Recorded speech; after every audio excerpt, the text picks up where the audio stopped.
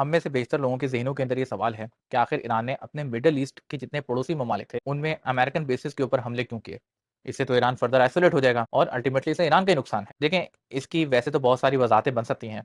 सबसे मोटी-मोटी वज़ाहत तो यही है कि भई ईरान का मिसाइल अमेरिका जा ही नहीं सकता था। तो ईरान के पास एक ही चॉइस थी कि इर्द-गिर्द जितने अमेरिकन एसेट्स हैं, उनके ऊपर हमला करे और अमेरिका को नुकसान पहुँचाए। दूसरा, कुछ एनालिस्ट का कहना है कि ईरान ने ये हमले ऐसे नहीं किए। इसके पीछे उसने 3 बड़े ऑब्जेक्टिव हासिल किए हैं। सबसे बड़ा, इस हमले के ज़रिए से अरब ममालिक की इकोनॉमीज़ को उसने नुकसान पहुँचाया है। अरब्स के अंदर सबसे ज़्यादा इन्वेस्टमेंट अमेरिकन्स की है या दीगर यूरोपियन ममालिक की है। जब उन्हें अपनी इन्वेस्टमेंट डूबती दिखेगी, तो वो क्या करेंगे? जंग को रोकेंगे। दूसरा, अरब्स की भी तो इन्वेस्टमेंट डूब रही है। वो जो इनकम जनरेट करते हैं, वो जाके अमेरिकन कंपनीज़ के अंदर लगाते हैं। अब जब उनकी रियल एस्टेट की जितने बिज़नेसेस हैं या उनके जो ऑयल फील्ड के बिज़नेसेस हैं, वो सब जब डूबने लगेंगे, तो उनके पास पैसे खत्म हो जाएँगे या उनके पास पैसे कम हो जाएँगे। तो वो अमेरिकन कंपनीज़ के अंदर नहीं लगाएँगे। तो अमेरिकन कंपनीज़ की वजह से अमेरिकन इकोनॉमी को नुकसान पहुँच सकता है। तो दूसरी जो जंग रोकेगा, कौन रोकेगा? अमेरिका रोकेगा। तीसरा इंपॉर्टेंट चीज़, इन मिसाइल हमलों के ज़रिए से ईरान ने अरब ममालिक को रियलाइज़ करवाया है कि देखो भाई, हमने मिसाइल दागे अमेरिकन बेस के अंदर जो कि तुम्हारी ज़मीन के अंदर मौजूद। अब से थोड़ा अर्सा पहले डोनाल्ड ट्रम्प तुम्हारे पास आया था और उसने तुमसे बेतहाशा पैसे भी ले लिए, तोहफ़े भी ले लिए, वादे-वईद भी कर लिए। हमारे मिसाइल तुम्हारे मुल्क के अंदर आके गिरे, अमेरिका तुम्हारी मदद के लिए नहीं आया। यूएई को उसने रियलाइज़ करवाया कि तुमने तो अब्राहम एकॉर्ड सबसे पहले साइन किया था और तुमने इस शर्त पे साइन किया था कि भाई अगर हमारे मुल्कों को खतरा लाहक होगा, तो इसराइल हमारी मदद को आएगा या इसराइल कभी भी हमारे एरियाज़ के अंदर कभी हमला नहीं करेगा।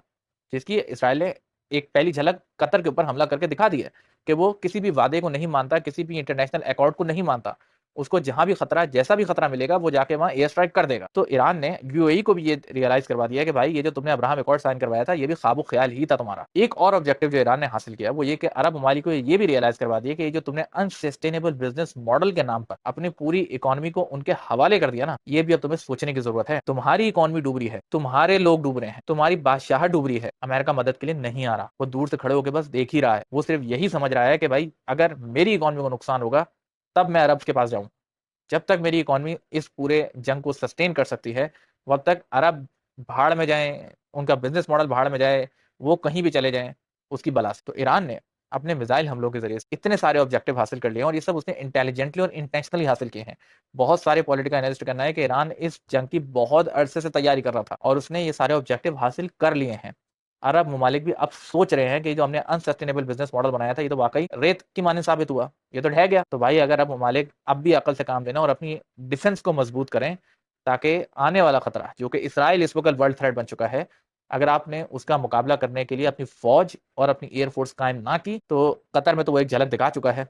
अगली झलक वो या तो सऊदीया में दिखाएगा या यूएई में दिखाएगा।